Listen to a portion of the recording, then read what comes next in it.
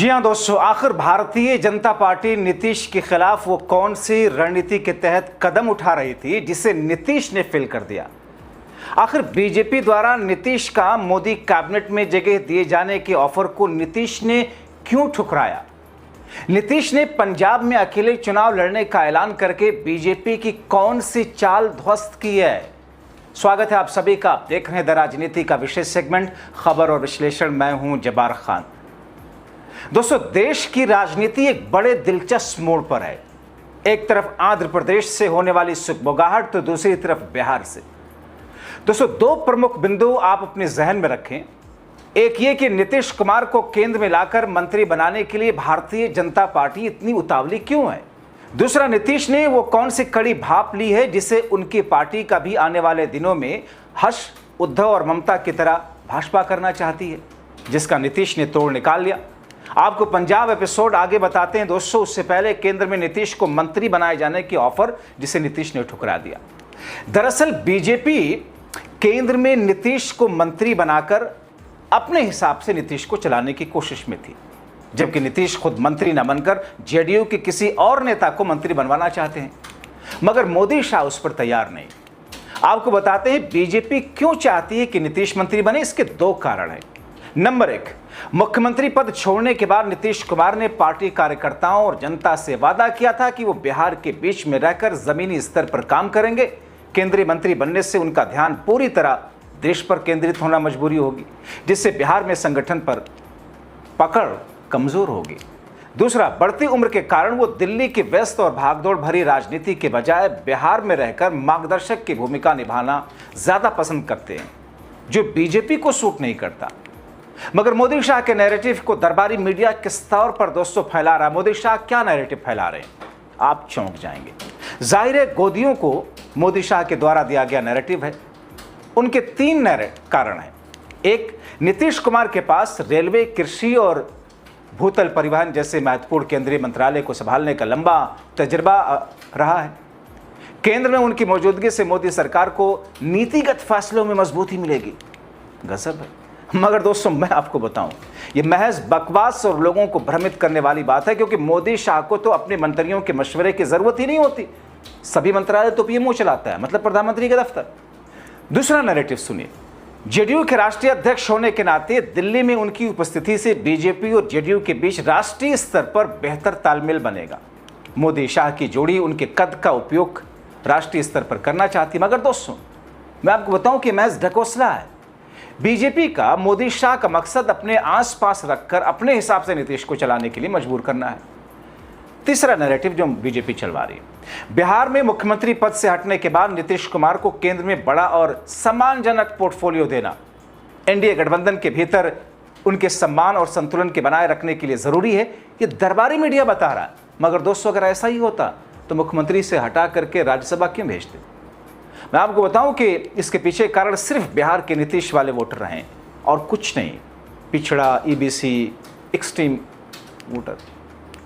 दोस्तों, बीजेपी नीतीश के खिलाफ और खास तौर पर जेडीयू के खिलाफ एक रणनीति तैयार कर रही है, उसे कमजोर करके जेडीयू वाला पूरा राजनीतिक स्पेस हथियाना, क्योंकि मोदी शाह को पता है कि ये नीतीश का सक्रिय राजनीति में आखिरी पड़ाव है। इसके बाद तो वो खुद ही स्वास्थ्य के कारणों से हट जाएंगे। ऐसे में बीजेपी की नजरें बस जेडीयू के पिछड़े, अति पिछड़े वोट पर है।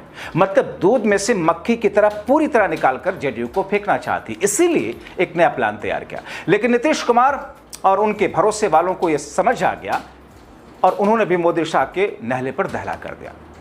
दोस्तों, आज के समय में जिस तरीके से पार्टियों को तोड़कर बीजेपी खुद को मजबूत कर रही है, उसका डर नीतीश को है।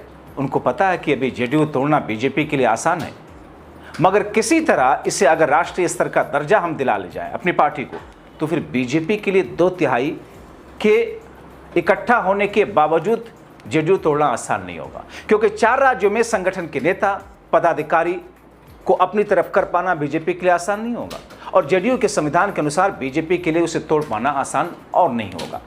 इसीलिए नीतीश ने पंजाब में अकेले चुनाव लड़ करके वो जरूरी प्रतिशत वोट हासिल करना चाहते हैं और एक तीर से दो निशाना। एक तरफ अपनी पार्टी को राष्ट्रीय पार्टी का दर्जा दिलाने की कोशिश और दूसरा बीजेपी पर प्रेशर बनाकर अपनी मांग की पूर्ति। इसीलिए नीतीश कुमार ने आगामी पंजाब विधानसभा चुनाव में जनता दल यूनाइटेड के लड़ने का ऐलान कर दिया। जेडीयू की तरफ से ऐलान किया गया कि पार्टी पंजाब की 45 सीटों पर चुनाव लड़ेगी। पंजाब विधानसभा चुनाव के लिए बड़ी तैयारी शुरू कर दी। पंजाब में 117 सीटों में से 45 सीटों पर प्रत्याशी नीतीश उतार रहे हैं और इस बात का दावा पंजाब जेडीयू अध्यक्ष मालविंदर सिंह बेनीपाल की ओर से कर दिया गया। आपको बताऊं कि चुनावी जंग के जरिए जनता दल यू केवल विधायकों की संख्या के पीछे नहीं भाग रही। जेडीयू सूत्रों की माने तो ये पार्टी एक नई लड़ाई के मुहाने पर आ गई है और इस जंग में संगठन को और आगे ले जाने का लक्ष्य है। ये जंग तो पार्टी विस्तार की दिशा में आगे बढ़ रही है या फिर जनता दल यू को राष्ट्रीय पार्टी का दर्जा दिलाने की ओर उठाया गया नया कदम है। आप देखें, झारखंड है, मणिपुर है के बाद जेडीयू का अगला लक्ष्य पंजाब। 2027 से पहले वहां चुनाव होना है। दरअसल राष्ट्रीय पार्टी का ख्वाब नीतीश कुमार ने बहुत पहले देखा था और अब पूरी पार्टी की ख्वाहिश बन गई है। कैसे जनता दल को मिलेगा राष्ट्रीय पार्टी का दर्जा? गणित क्या है दोस्तों? दरअसल 2027 में होने वाले 5 राज्यों के विधानसभा चुनाव में जनता दल का अगला अखाड़ा पंजाब है। पंजाब जेडीयू के प्रदेश अध्यक्ष मालविंदर सिंह ने उनके बयान पर अगर भरोसा करें तो जैसा कि मैंने आपको बताया कि वहां चुनाव लड़ रही, तैयारियां शुरू कर दी गई और नीतीश कुमार के नेतृत्व में नीतीश कुमार मार्गदर्शन करेंगे। वहां पर उनके ही नेतृत्व में होगा। सिखों के 10वें गुरु श्री गोविंद सिंह के 350वें प्रकाश पर्व के दोष रहित और अभूतपूर्व आयोजन के कारण राज्य के मुख्यमंत्री रहे नीतीश कुमार भी पंजाब से अच्छी उम्मीदें लगाए बैठे हैं। आइए आपको दिखाते हैं क्या है देश के राज्यों में जेडीयू की राजनीतिक हैसियत। दोस्तों, वैसे तो जनता दल यू का विशेष प्रभाव बिहार में है। 2025 विधानसभा चुनाव में जेडीयू ने 85 विधानसभा सीटों पर परचम लहराया था। ये वर्ष 2020 विधानसभा चुनाव के 43 सीटों से 42 सीटें ज्यादा थी, यानी कि डबल। अब इस वक्त बिहार से बाहर अन्य राज्यों की विधानसभा में जनता दल यूनाइटेड का झारखंड में केवल 1 विधायक है। मणिपुर विधानसभा में सितंबर 2022 में पार्टी के 6 में से 5 विधायकों के भारतीय जनता पार्टी में विलय करने के बाद मणिपुर में भी अब जेडीयू का केवल 1 विधायक है। बाकी किसी राज्य में विधायक नहीं है। बिहार से बाहर के राज्यों में जेडीयू के 2 विधायक हैं। झारखंड में जेडीयू से 1 विधायक सरयू राय हैं। मणिपुर विधानसभा में भी जेडीयू के 1 विधायक हैं। जनता दल यू का पहला निशाना पंजाब विधानसभा चुनाव में पार्टी को महत्वपूर्ण स्थिति में लाना। जेडीयू रणनीतिकारों का दूसरा निशाना होगा पार्टी को पंजाब विधानसभा में 6% वोट आ जाए।